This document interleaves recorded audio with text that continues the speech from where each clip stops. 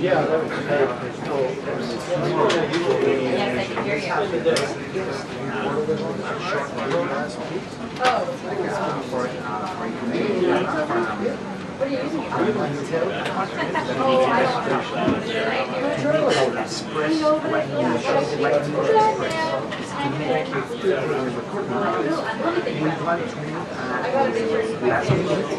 Thank you.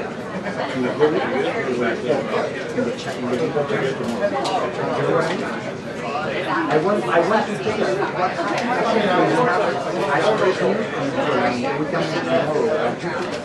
Thing and viral thing and all that like I think that we have shows we can run, but we don't worry about that. But I want just to go on viral thing and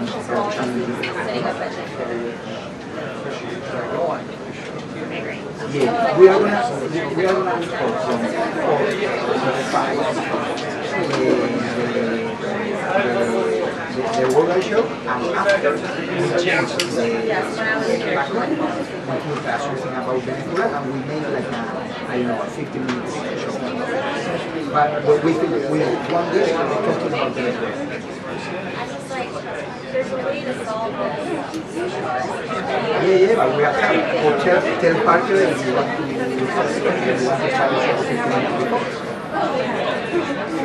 because I want to prove that space you can use to do what we are watching on YouTube. So tell him that the life is good, so we have to practice. Hey Brian, do you want me up on this box or am I going to in 2 weeks, we make the show live, and during the week, we can use it translate that is going to become more. We can use this or to make a life, half-past life, you know? Yep. Yeah, I think it's hard as well. Absolutely. Tell Parker, hey, everyone after just show from Venezuela, I'm very listening program, just 1 or 2 days, no more, and that's it. Like, hey, special report from Venezuela, special report from Cuba, because if not, we're going to be dead the whole week, only from and tell him that we have a consulting guy, he's going to do what he says, hey, do this press thing. And tell him the exact hours that we have this in the public and listen, okay?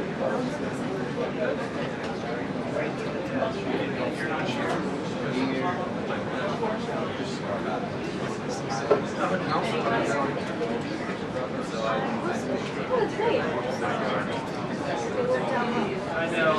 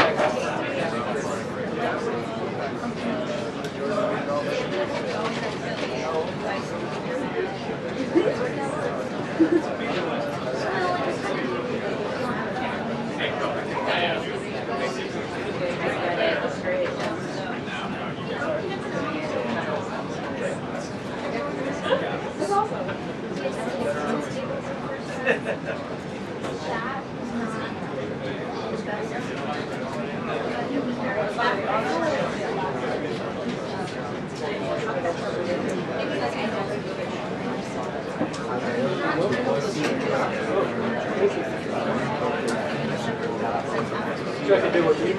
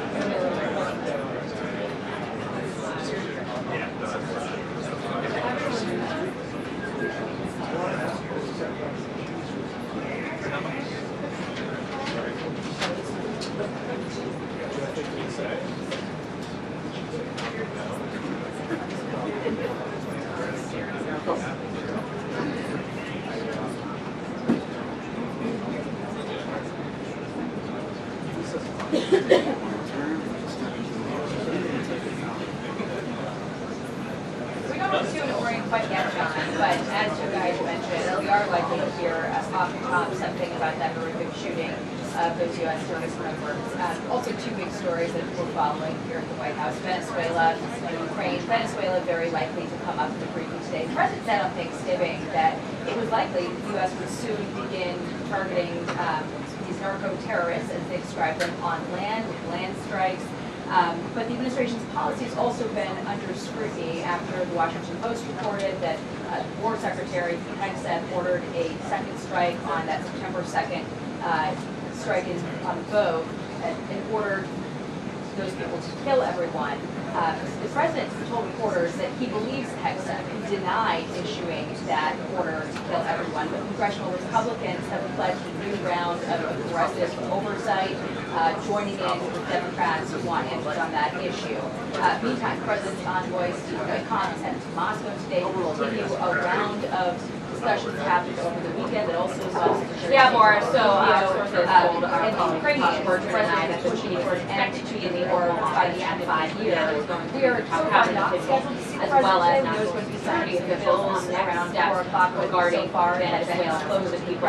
We do know we had a phone call a short while ago. Also, the Israeli Prime Minister Benjamin Netanyahu about continuing efforts to demilitarize Gaza and disarm Hamas, WTF all of the as war. And tonight he is slated to hold his counterpart on with that, not only with that race polling closer than expected, but also Democrats discussion hoping to have a season very soon and potentially have it on involved. land. Now it also comes Expected as for a lot of secretary on all those issues, maybe by Hegseth or what we're hearing in our reporting, to order them key questions that we'll be asking in the briefing.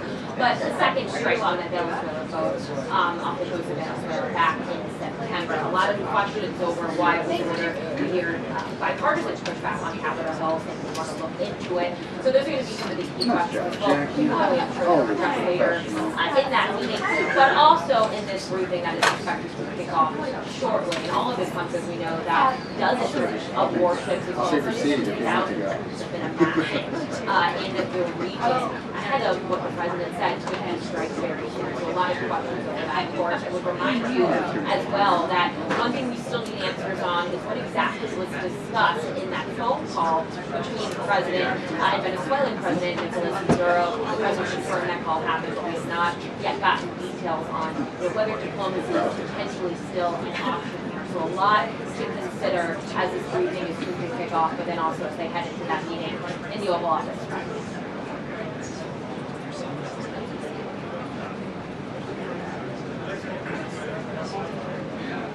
Yes.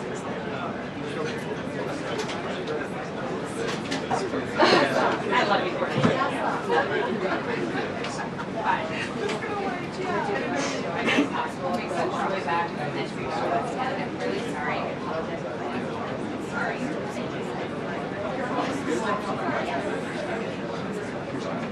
I appreciate that. Yeah, we're not keeping up.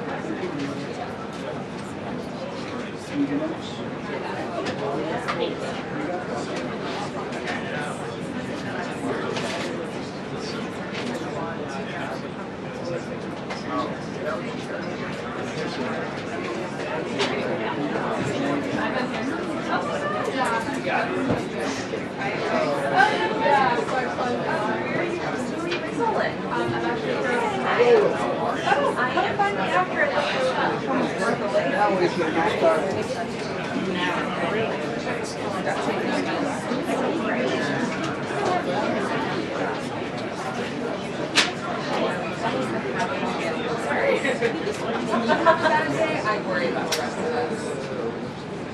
See, still smiling. You give me hope. You give me hope.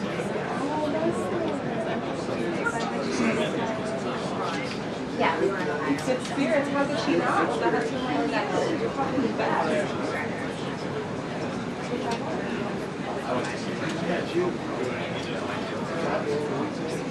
No, it's in DC. Nice. So, yeah. It was for Thanksgiving.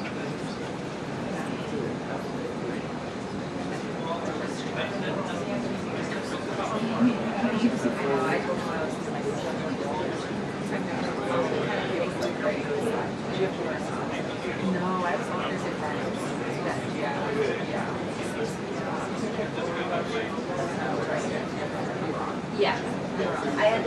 Steve and I were here yesterday, just to catch up on our but we figured we needed it. Yeah.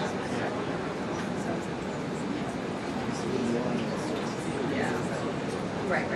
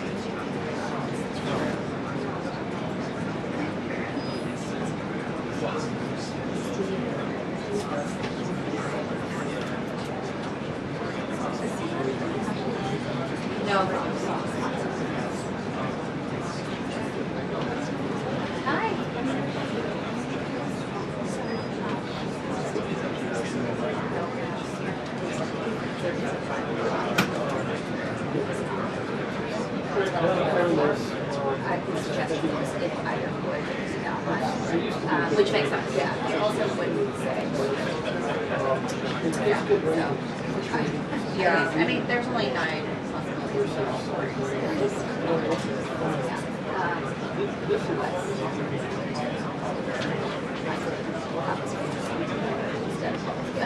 Yeah, exactly.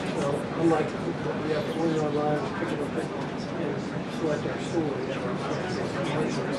Again, if you pick it up at the store and you say, Yeah, he's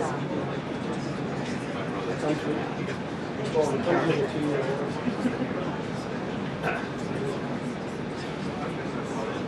Right. I mean, you can get an additional.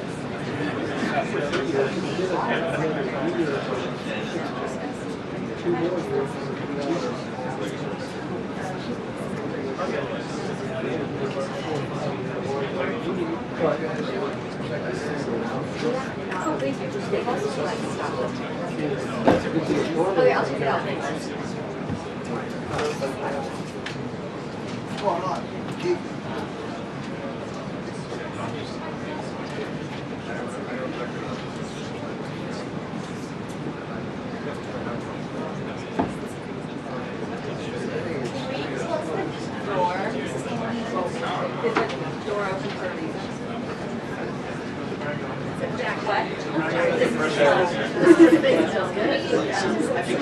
Oh, you like it?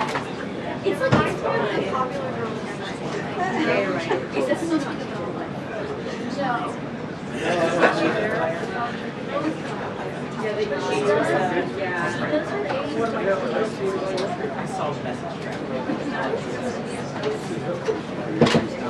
That's what you bring. No, I thought about bringing something from Yeah, that's why it is.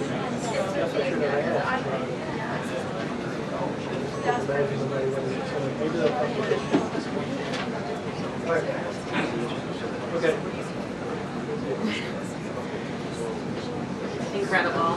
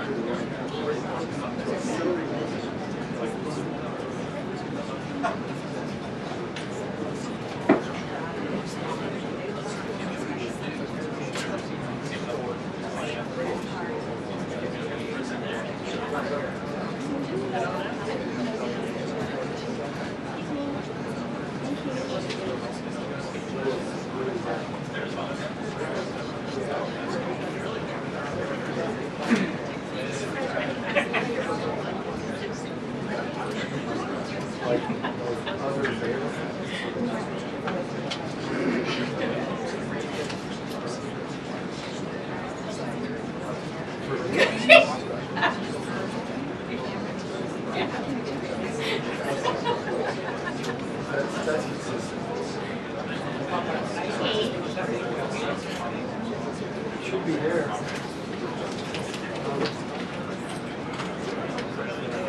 No. What color?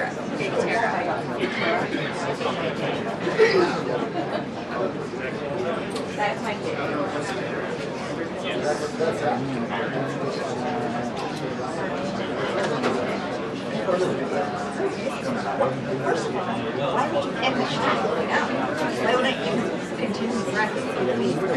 And also, there was not a. Regia? Actually, Regia? You don't see it there?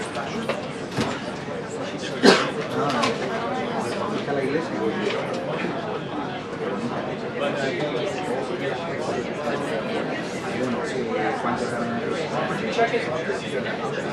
There? Who's Anya? Huh? Is there a lock here? You checked it in earlier.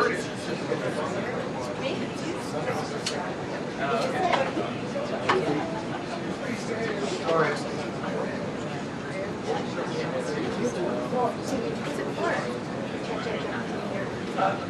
Let me.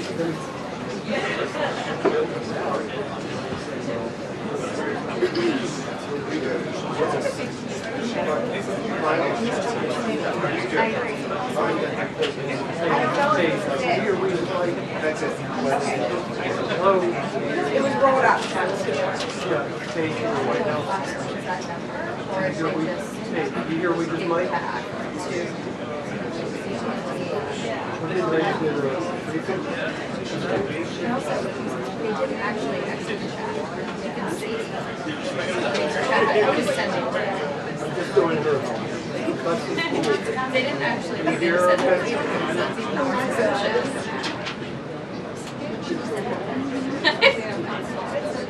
Selfie. Hey, missing you.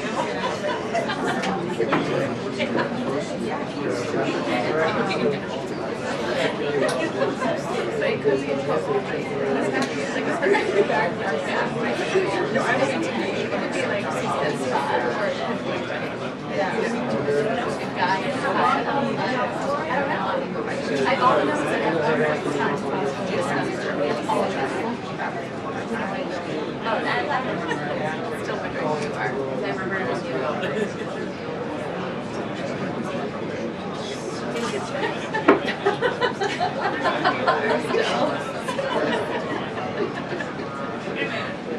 I remember you.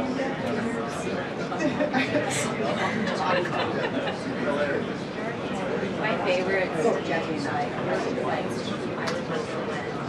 That's what it's for.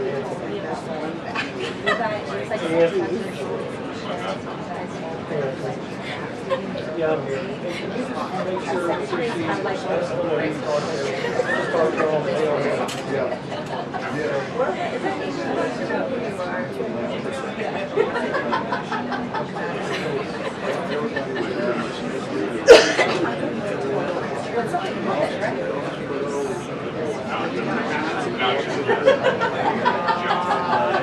You guys were all just like floating. Like floating down a river, like reporters and.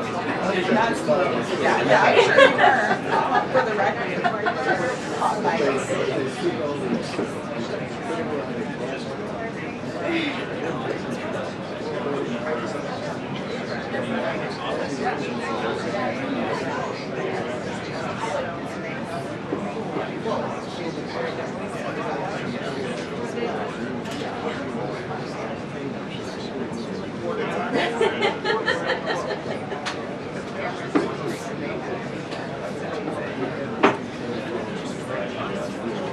It's the song.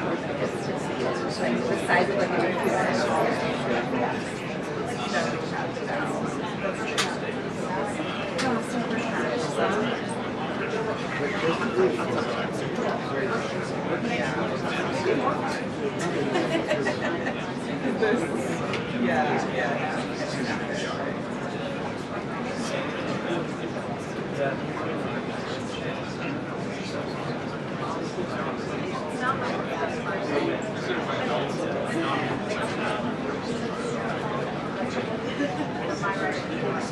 Hey, waiter. Okay, waiter, can you call me?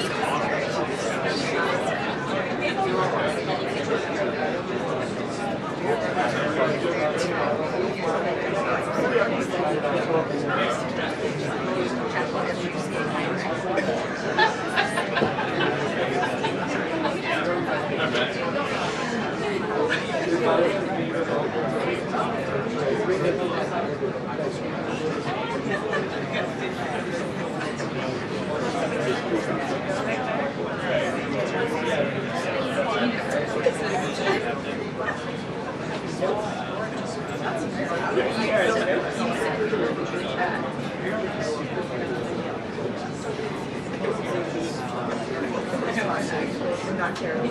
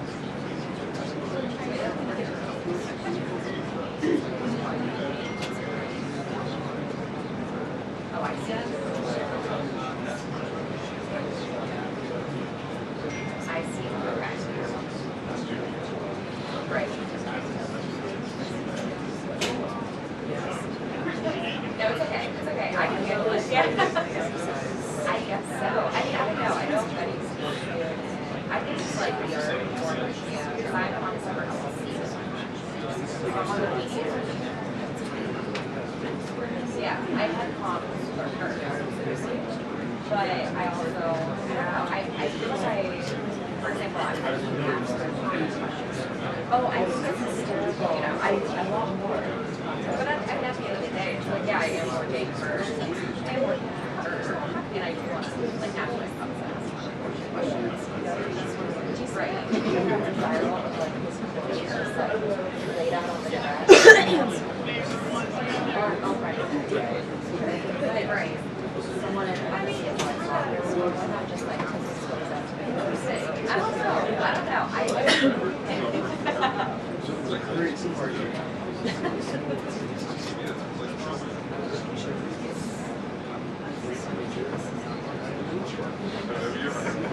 Yeah. So there you go.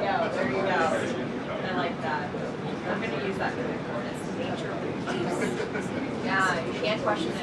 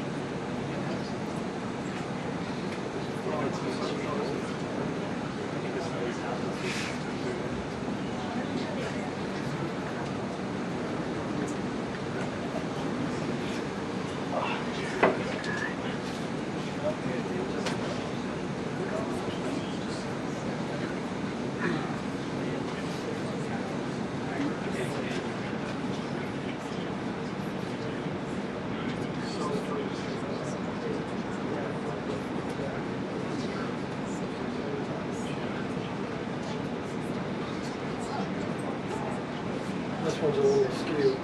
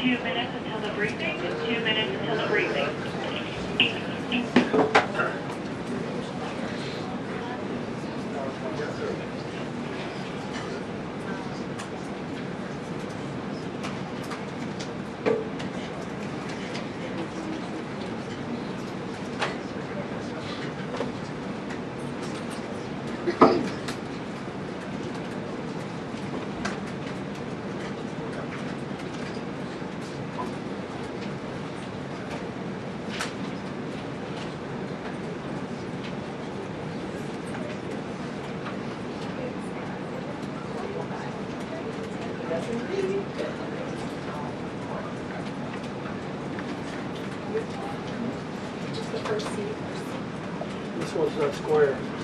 Yeah. There you go.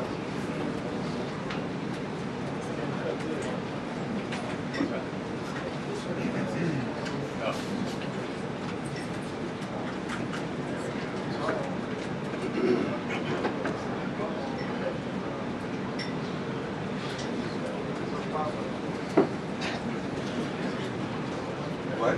That's why it's messed up.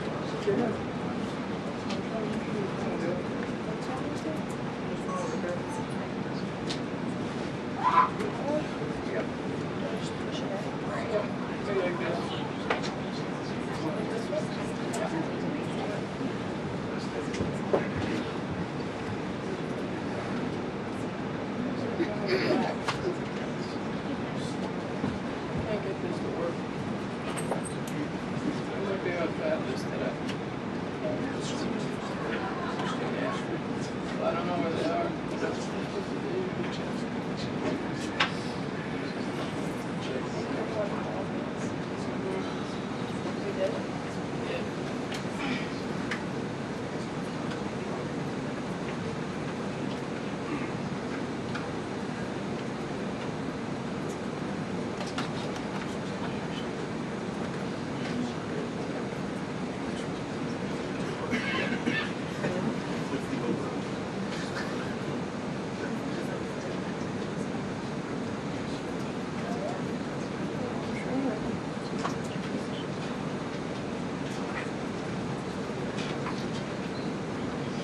All right, that's gonna have to do.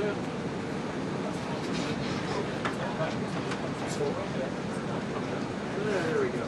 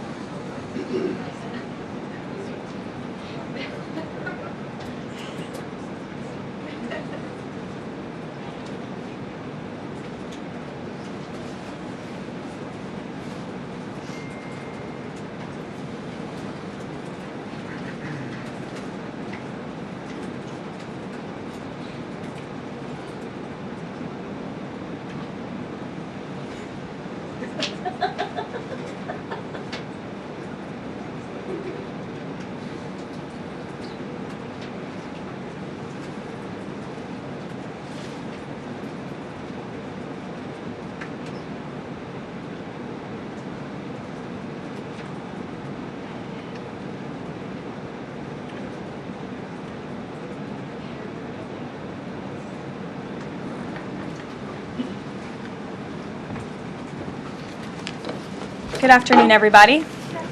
I apologize for my tardiness. We had some technical difficulties, as you could see, but I think we are ready to rock, so let's get to it. I'll begin this week with some scheduling announcements for President Trump's very busy week ahead. Tomorrow, President Trump will host his 9th cabinet meeting of the year alongside his incredible cabinet, who continue to deliver for the American people at a record pace. Later in the afternoon tomorrow, the president will make an announcement in the Oval Office on his initiative to create Trump accounts to give the next generation of Americans a jump start on savings. It will be a very exciting announcement indeed, especially for all of the parents across the country with young children and babies. On Thursday, President Trump will host the presidents of the Republic of Rwanda and the Democratic Republic of Congo to sign the historic peace and economic agreement that he brokered. On Thursday night, the President and the First Lady will celebrate one of America's greatest traditions, the lighting of the national Christmas tree on the Ellipse. And on Friday, President Trump will attend the FIFA World Cup final draw at the Kennedy Center. You all will be seeing and hearing from the President every day this week, so you have me today, and then he will take on the rest of the week himself. Next, I would like to address the horrific tragedy that took place in our nation's capital that last week. A foreign terrorist that the Biden administration failed to properly vet ambushed 2 members of the West Virginia National Guard who were honorably serving here to keep the residents and visitors of Washington, D.C. safe. U.S. Air Force Staff Sergeant Andrew Wolf was severely wounded in the attack and remains hospitalized while he continues to fight for his life. Tragically, U.S. Army Specialist Sarah Beckstrom died of her wounds. She was just 20 years old. President Trump and the entire White House are praying for Andrew's full recovery at the request of his parents and their personal phone call with the president over the weekend. And we are keeping Sarah's family and friends in our prayers during this unimaginably difficult time. Sarah and Andrew represent the very best of America. Two young patriots who were willing to put on the uniform and risk their lives in defense of their fellow Americans. Both of them truly embody the profound words spoken by Jesus Christ in the gospel. Greater love has no one than this, to lay down one's life for one's friends. Sarah and Andrew are heroes, and we will never forget their sacrifice. That means ensuring the monster responsible for this atrocity is prosecuted to the fullest extent of the law and faces the most severe punishment possible. It also means reckoning with why this atrocity was allowed to happen in the first place, so that it may never occur again. Here are the facts. The terrorist who gunned down American soldiers blocks away from the White House in an ambush was an Afghan national who was flown into our country by Joe Biden's administration in September 2021 in the chaotic wake of their botched withdrawal from Afghanistan, one of the most embarrassing moments in the history of our great country. Joe Biden's historic failure in Afghanistan continues to haunt this country and our men and women in uniform. Not only did this surrender lead to a suicide bombing that killed 13 American heroes in Kabul, but now National Guard troops were shot on U.S. soil by the same kind of enemy. We continue to live with the deadly consequences of Joe Biden's horrific leadership. Nearly 100,000 Afghans were recklessly released into the United States with little to no vetting. There was no regard for the disorder and violence that this would unleash on American communities and American culture. Reportedly, thousands of these strangers and unknown individuals were flagged to the Biden administration for national security, public safety, and fraud concerns. But the terrifying truth is that the Afghanistan debacle is just a small part of Democrats' complete and total betrayal of the American people during the Biden years. The tragedy that we just witnessed the day before Thanksgiving is a reminder that untold thousands of terrorists, gang members, and criminals were invited into our country and remain here to this very day. The border is now secure, thanks to President Trump, but the threat in our interior remains real and urgent. These public safety threats are already inside our land, and President Trump was elected on a promise to find and remove them, and he has already taken significant steps and made significant progress towards fulfilling this promise. But there is more work to be done because President Trump believes that he has a sacred obligation to reverse the calamity of mass, unchecked migration into our country. As a result, the Trump administration is now actively re-examining all of the Afghans imported into the country by Joe Biden. Any individual who threatens our national security or our citizenry will be subject to removal. President Trump has already permanently paused migration of foreign nationals from third world countries that pose a very high risk to the United States. For too long, past American presidents supported self-destructive immigration policies that allowed foreigners who outright hate our country and have no interest in assimilating into our culture. They've allowed these individuals to flood peaceful American communities. This disastrous approach has drained our welfare program, driven up the cost of housing, suppressed wages, and jeopardized the safety of law-abiding American citizens. In fact, according to a new bombshell report from the New York Times, Somalian migrants in Minnesota have defrauded nearly $1 billion in taxpayer-funded benefits under Democrat Governor Walz's leadership. President Trump is putting an end to this dangerous America Last approach. His position is rooted in common sense. In the wake of last week's atrocity, it is more important than ever to finish carrying out the president's mass deportation operation. America cannot allow millions upon millions of unvetted illegal aliens to be rewarded with amnesty after they broke our nation's laws to come here. They must go back to their home countries. It is also essential to immediately address the massive fraud and corruption that has been going on for decades in other aspects of our immigration system, most notably when it comes to asylum claims. Millions of people who have come here under false pretenses are told blatant lies now enjoy temporary legal status. President Trump is ending this scam as well, and I would point out that the Democrats have tried to block this administration from doing so at every turn with lawsuit after lawsuit. The hard truth is that even when it comes to our legal immigration system, Past presidents have failed to ensure that all prospective citizens love America, will add value and contribute to our communities, and will assimilate into our culture.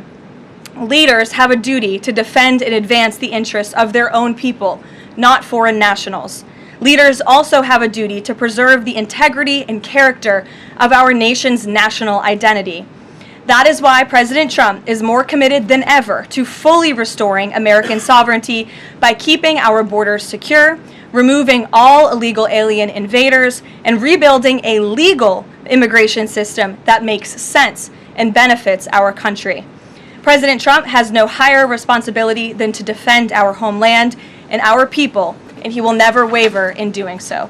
With that, I will open it up to questions, and we'll lead today with Isabel Brown, who is in our new media seat. She's a very popular face on television these days. She's built a great independent media podcast and platform with the Daily Wire, and I appreciate your being here, Isabel. Thank you for being Karoline. here. Appreciate it and appreciate the briefing. Many Americans, in light of these recent events that you just mentioned, are starting to say that we are being invaded as a country, culturally and logistically, when it comes to immigration. And we know that immigration without assimilation is indeed invasion. So given the recent remarks from Vice President Vance on a college campus about dramatically reducing legal immigration to address some of this crisis, and President Trump's Truth Social post last week about individuals who may be non-compatible with Western civilization, are there any conversations happening or plans being made behind the scenes for the administration to implement at least a temporary immigration moratorium, for example, in light of what the American people might be calling for? So, Isabel, it's a great question, and I think I spoke a little bit to the heart of your question in my opener there. I would add that the Trump administration has done more to limit migration, both illegal and legal, than any administration in history. And I'll just walk you through some of the actions that we have taken thus far. Number one, the Trump administration issued a travel ban for 19 countries, including Afghanistan, special immigrant visas, which is a legal pathway to get here, which we know many Afghans have utilized to come into the country, have now been paused since the tragic shooting last week. Refugee admissions were suspended for Afghans from this administration on day one, and refugee admissions into the country right now are essentially at zero, with the exception of Afrikaners fleeing persecution in South Africa. The State Department has also heightened their scrutiny and vetting of all visas and have revoked visas, as you know, for those who do not align with our country's national interests. The Secretary of State has the right to do that, and we've taken unprecedented action to do just that. We are also now pausing all asylum adjudications for additional vetting as well. And so additional actions I don't have to read out for you today, but I would just remark that the President has made tremendous progress on this front, and it's why it's so crucial that we not only secure the borders, which the President did in record time. We have zero illegal aliens entering into the country month after month, but we also are taking a look at those who are already in the interior of our country and removing them if they are here illegally, and also taking a look at these visas. Again, having a visa in the United States is not a right, it is a privilege. And the Secretary of State, if you are deemed contrary to our country's foreign national interests, has the right to revoke that privilege. Thank you. Gabe. Thank you, Caroline. Excuse me. Regarding Venezuela, the President said yesterday that Secretary Hegseth had denied that second strike, that reported second strike on an alleged drug vote on September 2nd. The Secretary said to the President that didn't happen. But to clarify, I just wanted you to clear this up. In his social media post, Secretary Hegseth didn't go into details about that strike. He just said U.S. operations in the area were lawful, and he said that the story and media reports were fabricated. So to be clear, does the administration deny that second strike happened, or did it happen and the administration denies that Secretary Hegseth gave the order? The latter is true, Gabe, and I have a statement to read for you here. President Trump and Secretary Hegseth have made it clear that presidentially designated narco-terrorist groups are subject to lethal targeting in accordance with the laws of war. With respect to the strikes in question on September 2nd, Secretary Hegseth authorized Admiral Bradley to conduct these kinetic strikes. Admiral Bradley worked well within his authority and the law, directing the engagement to ensure the boat was destroyed and the threat to the United States of America was eliminated. And I would would just add one more point to remind the American public why these lethal strikes are taking place. Because this administration has designated these narco-terrorists as foreign terrorist organizations. The president has a right to take them out if they are threatening the United States of America and if they are bringing illegal narcotics that are killing our citizens at a record rate, which is what they are doing. And under the previous administration, there was enough fentanyl trafficked into our country to kill every American man, woman, and child many times over. And so that's why you've seen a drastic difference in this administration's policy with respect to the last, and it's one of the many reasons the American public re-elected this president and support this Secretary of War in conducting these strikes. So to be clear, to clarify, Admiral Bradley was the one who gave that order for a second strike. And he was Okay. well within his authority to do so. And a separate question, the president several days ago said it was his intention to pardon the former president of Honduras, who was a convicted drug trafficker. And yesterday on Air Force One, the president said that if someone sells drugs in that country, that doesn't mean you arrest the president and put him in jail for the rest of his life. How is that different than what the administration is accusing Venezuela's Nicolas Maduro of? You're cherry picking the president's statement a little bit yesterday, as he also said yesterday the people of Honduras have highlighted to him how the former president Hernandez was set up. This was a clear Biden over prosecution. He was the president of this country. He was in the opposition party. He was opposed to the values of the previous administration, and they charged him because he was president of Honduras. There were some other egregious facts that came out during this trial, and I would encourage you to report on them. His court-appointed lawyer was only given 3 weeks to prepare for trial.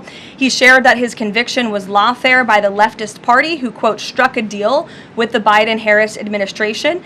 Hernandez has highlighted there was virtually no independent evidence presented, and many of his conviction was based on testimony from many admitted criminals who hoped that cooperating would reduce their own penalties. So the president heard the concerns from many people, as he does, and he's, of course, within his constitutional authority to sign clemency for whomever he deems worthy of that.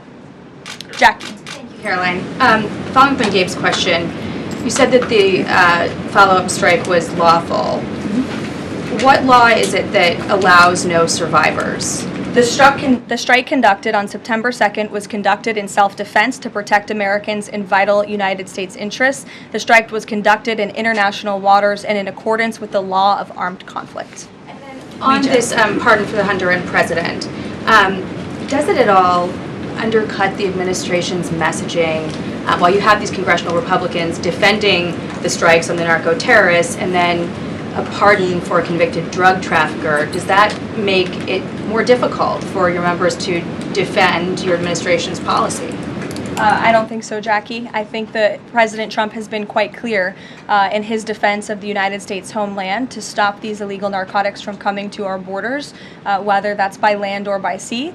And he's also made it quite clear that he wants to correct the wrongs of the weaponized Justice Department under the previous administration. And Ouija, I'll call on you because I think we're wearing matching blazers today. I was going to Great minds. yours.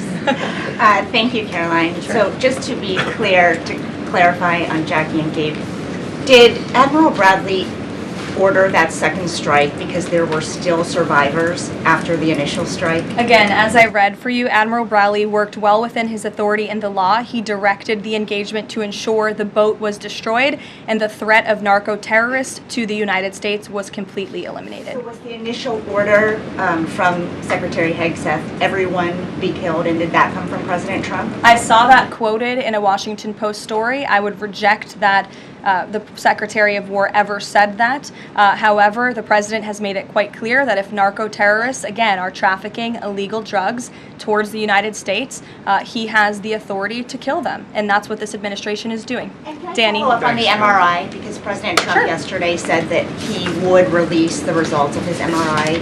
Is that happening right now? It is happening right now. As part of, and this is a summary from the president's physician, and we will release it right now. I think my team has it teed up for all of you. I'll read it for you, and then you'll get it physically as well. As part of President Trump's comprehensive executive physical, advanced imaging was performed because men in his age group benefit from a thorough evaluation of cardiovascular and abdominal health. The purpose of this imaging is preventative, to identify any issues early, confirm overall health, and ensure the president maintains long-term vitality and function. President Trump's cardiovascular imaging was perfectly normal.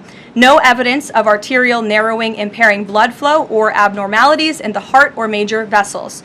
The heart chambers are normal in size, the vessel walls appear smooth and healthy, and there are no signs of inflammation or clotting. Overall, his cardiovascular system shows excellent health. His abdominal imaging is also perfectly normal. All major organs appear very healthy and well perfused. Everything evaluated is functioning within normal limits with no acute or chronic concerns. In summary, this level of detailed assessment is standard for an executive physical at President Trump's age and confirms that he remains in excellent overall health. Again, we will provide that to you. I think that's quite a bit of detail, and in the effort of transparency, the President promised it last night, and we have delivered today. So there you go. Danny. Thanks, Caroline.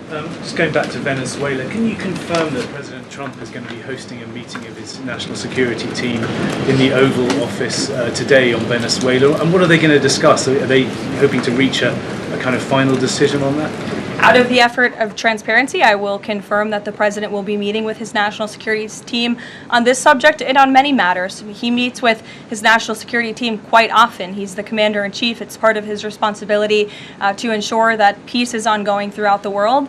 I'm definitely not going to detail the specifics of a meeting between the President and his national security team that's taking place in the Oval Office, but I'm happy to confirm that meeting is taking place for you. Can you tell us, is there still, what's the position on whether US troops on the ground is a possibility there? Is that, I know you've answered that before, but what's the current operative in Venezuela? I think my previous answer stands. There's many options at the President's disposal that are on the table, and I'll let him speak on those. Ed. The U.S. announced a trade framework deal with the United Kingdom on pharmaceuticals, where they will pay 25% more, and the savings theoretically will go back to American consumers. What guarantees are in that savings will in fact go back to the American consumer and not be sucked up by the company? I'm going to be honest with you, Ed. I'll get you the answer to that question after the briefing. So the American Rescue Plan, sure. Funded a number of universal income. Kush will get you that answer, right, Kush? My trade guy over here. The American Rescue Plan funded a number of universal basic income programs. Now Cook County, Illinois is extending that program into 2026 with $7.5 million of taxpayer money. What does the White House think about that? I'll also get you an answer on that after the briefing ends. 2 for 2. Go ahead. Sure. And then in the interest of transparency, does the White House support releasing the Department of Defense's video of those September 2nd strikes on those military boats? And also, separate topic on presidential pardon power. Why did the president commute the sentence of David Gentile recently? He was a private equity executive. He served 12 days out of a 7-year sentence. Prosecutors said he defrauded $1.6 billion with thousands of victims, including veterans, farmers, teachers. Why was he pardoned?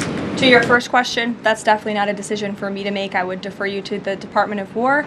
It's also probably a decision for the President himself to make. As for your second question with respect to that pardon, he issued a commutation for Mr. Gentile, who's the former CEO and co-founder of GBP Capital Holdings. Unlike similar companies, GBP paid regular annualized distributions to its investors.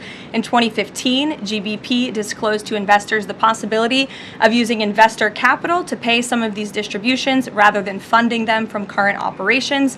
Even though this was disclosed to investors, the Biden Department of Justice claimed it was a Ponzi scheme. This claim was profoundly undercut by the fact that GBP had explicitly told investors what would happen. At trial, the government was unable to tie any supposedly fraudulent representations to Mr. Gentile. In short, again, this is another example that has been brought to the President's attention of a weaponization of justice from the previous administration, and therefore he signed this commutation. So say that these people were defrauded. I just read you a very detailed summary of why the commutation was made. Sure. In the middle with the red tie. Thank you, Caroline. Okay, Andrew, go ahead, and then you. In wake of Congresswoman Marjorie Taylor Greene's early resignation, reports last week indicated that other House Republicans might consider doing the same. Does the President have any concerns in light of those reports about other House Republicans potentially leaving early, as well as the other announced retirements that we saw in the last couple of days? Look, I think the president maintains very good relationships with the vast majority, maybe with the exception of one or two, and I think many in this room know who I'm referring to, very good relationships with members of Capitol Hill within the Republican Party. And the president clearly is the unequivocal leader of the Republican Party. I think it was a recent CNN poll that actually showed that more than 90% of Republicans continue to support President Trump as the leader. So he maintains very good relations, as does his entire team here at the White House. And of course, we have a very slim margin in the House, and the president wants that to continue. Andrew, go ahead. I've got two for you. Sure. First, on the Venezuela strike. You said that second strike was in full accordance with the law of armed conflict, but the Navy's own manual of law of war says that specifically firing on survivors from a wrecked vessel is an example of a war crime that's forbidden under U.S. law and the law of armed conflict. So was that second strike in following law of armed conflict, and then second on immigration? Again, Andrew, I would reiterate to you the strike was conducted in international waters and in accordance with the law of armed conflict. And since somebody asked about Congress, and it's sort of related to Venezuela, I also want to add that Secretary Hegseth spoke with members of Congress who may have expressed some concerns over the weekend. And there have also been 13 bipartisan briefings to Congress on the Venezuelan strikes. There have been a number of document reviews for members of Congress to review the classified DOJ Office of Legal Counsel opinion and other related documents. 29 senators and 92 representatives have reviewed those documents, which is about 2/3 of those are Democrat members, and they have been made available to all 100 senators, all 435 members of the House, and to general counsels of the relevant committees on a bipartisan basis for their review. On immigration, during your topper you said, and I quote, "Leaders also have a duty to preserve the integrity and character of our nation's national identity." Can you explain what you mean by our nation's national identity and integrity and character, and how would refugees, people coming from war-torn places who are seeking a safe haven in America, like many of our forebears in this room, not add to our nation's integrity and character of our national identity? I'll tell you what does not add to our nation's character and integrity is refugees who come here under the alleged plight of asylum and fleeing persecution, and then come to the United States to abuse our system and rip off American taxpayers. And as I pointed out, the New York Times, to their credit, it was about 6 months too late, but they did write about how Somali immigrants in Minnesota have been ripping off American taxpayers. In fact, 86 people have been charged in a rampant and widespread fraud scheme spanning multiple programs in Minnesota. Of those 86, 78 of those people are Somali, 91% of them charged. So far, 59 of those people have been convicted for their roles in fraud plots that have stolen $1 billion from taxpayers. In one scheme, and this is egregious, a nonprofit and its affiliates with these Somali migrants claimed to have fed tens of thousands of American children during the pandemic. They were reimbursed for those meals by taxpayers. However, federal prosecutors found that almost all of those meals were never even delivered to hungry children. In fact, those organizations' leaders spent the money on houses, luxury cars, and real estate in Turkey and Kenya. Another scheme involved hundreds of organizations who were reimbursed for services that were supposed to help people at risk of homelessness. Once again, those services were never provided. All of this has happened under Democrat leadership in a Democrat-run state, where these refugees, these migrants are coming to the United States. They are abusing our system. They are draining our resources that should be going to law-abiding, taxpayer-funded, tax-paying Americans. And this president is not going to put up with it anymore. Rachel. Thank you, Karoline. Just to follow back up on the Washington Post reporting, so much of the concern from Democrats and Republicans is focused on the survivors. Why won't the administration either confirm or deny or reveal whether or not there were survivors after that initial first strike? And what imminent threat would two survivors pose who were clinging presumably to the wreckage of that boat? Again, as I said, I think you guys are sort of not listening fully to the statement I've provided. Admiral Bradley worked well within his authority and the law, directing the engagement to ensure the boat was totally destroyed and the threat to the narco-terrorists, to the United States, was eliminated. And for any further questions about his thinking, I would defer you to the Department of War. I obviously wasn't in the room for these.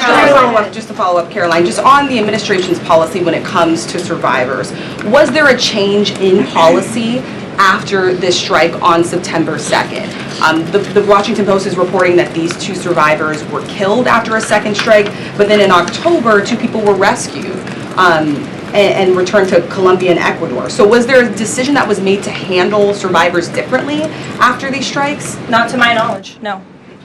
Steve. The president confirmed that he spoke to the Venezuelan leader. Are you trying to negotiate his departure? Is there an asylum deal under work? President, as you know, last night on Air Force One, he said, I don't want to comment on that, but I did speak to him in the effort of transparency. So there you go. You got your confirmation. I'll let him speak further if he wishes to on the details of that conversation that took place. Steve Witkoff is headed to Moscow. How close are you to some sort of Ukraine agreement? I think the administration feels very optimistic. Obviously, you've seen, Steve, that the president's entire team, including Special Envoy Witkoff and Secretary Rubio and the Vice President and the President himself, Secretary Hegseth as well, have been working so hard on this effort, and they all really want to see this war come to an end. And so just yesterday, Sunday, I believe that was yesterday, they had very good talks with the Ukrainians in Florida, and now, of course, Special Envoy Witkoff is on his way to Russia. This is sort of the shuttle diplomacy that you've seen from this administration play out, where we speak equally with both sides. We've put points on paper. Those points have been very much refined, but as for the details, I will let the negotiators negotiate, but we do feel quite good, and we're hopeful that this war can finally come to an end. Stephen. Thank you, Caroline. I've got a question about Ukraine and then a clarification about the immigration changes that are happening. On Ukraine, President Trump very briefly yesterday said that corruption issues there were not helpful to the peace process following the resignation on Friday of President Zelensky's top aide, Andriy Yermak. We were told from your podium in the prior administration that, quote, there is no indication that there's been any kind of widespread corruption involving U.S. resources in Ukraine.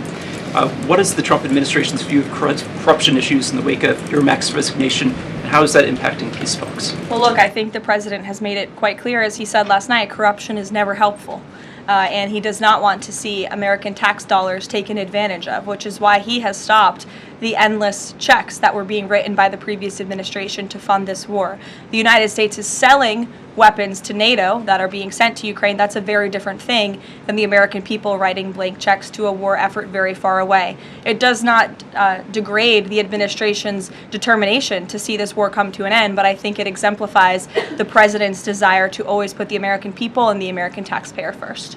On immigration, you mentioned, or you emphasized that there would be a review of the Afghans who were resettled here under the previous administration. Yes. There's a lot of changes happening right now to asylum and to green card holders. What should the 2 million people with pending asylum claims, or the roughly million people from the 18 other countries of concern, know about what's going on in the review? What's the status of all these other people? They're essentially paused for review, and the Department of Homeland Security is taking this very seriously, because we are not going to allow soldiers like we saw in American streets last week to be gunned down at the hands of these foreign nationals who had the privilege of coming to the United States of America. And unfortunately, this is not the only example of a dangerous Afghan who was let in by Joe Biden, who went on to harm the American people. There was an Afghan national who was let into the country under the Biden administration through Operation Allies Welcome, who shot and wounded 2 Fairfax, Virginia police officers during a routine traffic stop. He was killed by return fire after declaring, quote, "I should have served with the explicitive Taliban." 2 Afghan nationals were given legal status by the Biden administration as well, who were arrested and prosecuted for plotting a terrorist attack in Oklahoma just before Election Day in 2024. We all remember that. They possessed hundreds of rounds of ammunition and had pledged their allegiance to ISIS. There was also an Afghan national who was on the terror watch list who was apprehended by Border Patrol in 2024, but then he was released into our country by the Biden administration. Again, let's just highlight the absurdity of that. Border Patrol apprehended a terrorist, and then the Biden administration, because of their lax policies, still allowed him to come into the United States of America. I think everyone in this room, whether you want to admit it or not, does not want that individual living alongside you in your American neighborhood. And that individual was later arrested again after being allowed to live in the U.S. at large for over a year. Another one, a criminal illegal alien from Afghanistan, was arrested by ICE in 2025, convicted of second-degree assault, was previously allowed to stay in the country by the Biden administration. I have several more examples here. I'm happy to provide them to anyone in this room. John. Thank you, Caroline. First of all, happy Thanksgiving to Thank you and your young family. Hope you enjoyed it. I have 2 questions unrelated. The first, back to Afghanistan. My son and I walked by the horrific shooting less than 1 hour before it happened.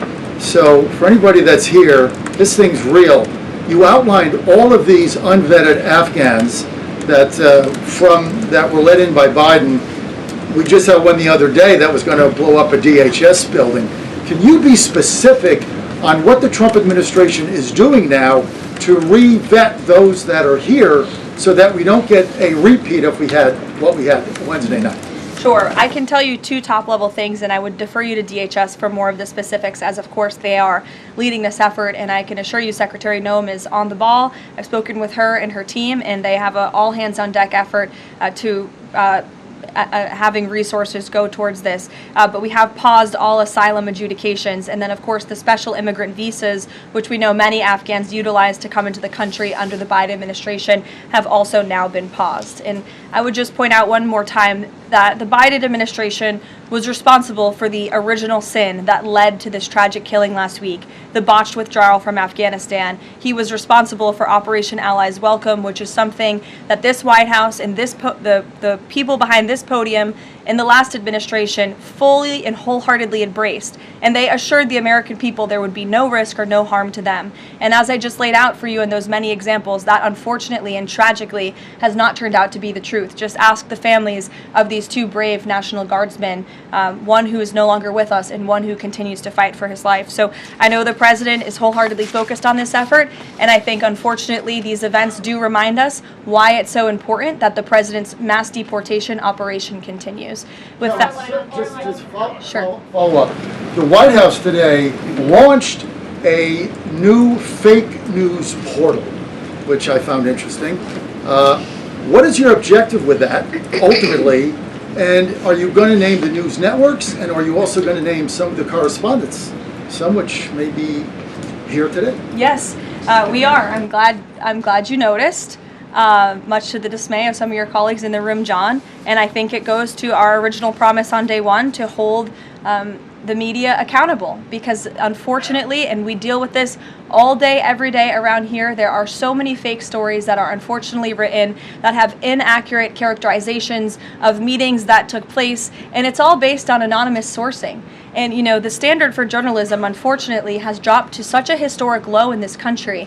And again, we deal with it every day, where you can have an anonymous source who has no idea what they're talking about, 0 credibility, call up a reporter in Washington and say, hey, I heard this, and then the next thing you know, it's on the front page of the New York Times. It's really incomprehensible. We appreciate the journalists, some of those who are in this room who do reach out for comment, who try to get things right, and there are some that remain. But overwhelmingly, the fake news that we see pumped out of this building on a day-to-day basis, it's honestly overwhelming to keep up with it all, and to constantly have to defend against these fake news and these attacks. And I will point out one fake news story over the weekend before I let you all go, from the New York Times that took about 1/3 of the president's daily calendar and his daily schedule and said that he's doing less than he did in his first term, or he might not be fit for the job. That is unequivocally false, and it's deeply unfortunate that this story was written by the same outlet and the same reporter who wrote this. Biden is doing 100% fine after tripping while boarding Air Force One. Oh, same outlet, same reporter who wrote that President Trump is not fit for the job. Are you kidding me? You all see him almost every single day. He is the most accessible president in history. He is taking meetings around the clock. Another one. Biden declared, quote, healthy and vigorous after his first presidential physical. I don't see headlines like that too often about this president. Again, same reporter, same outlet who wrote falsely over the weekend that President Trump is not fit for the job. I can assure you he absolutely is. You all see that with your own eyes on a daily basis, and the president's physician has now given you all 3 detailed reports on the state of the president's health. So with that, I will leave you all and we'll see you tomorrow. Thank you. Thank you, Caroline.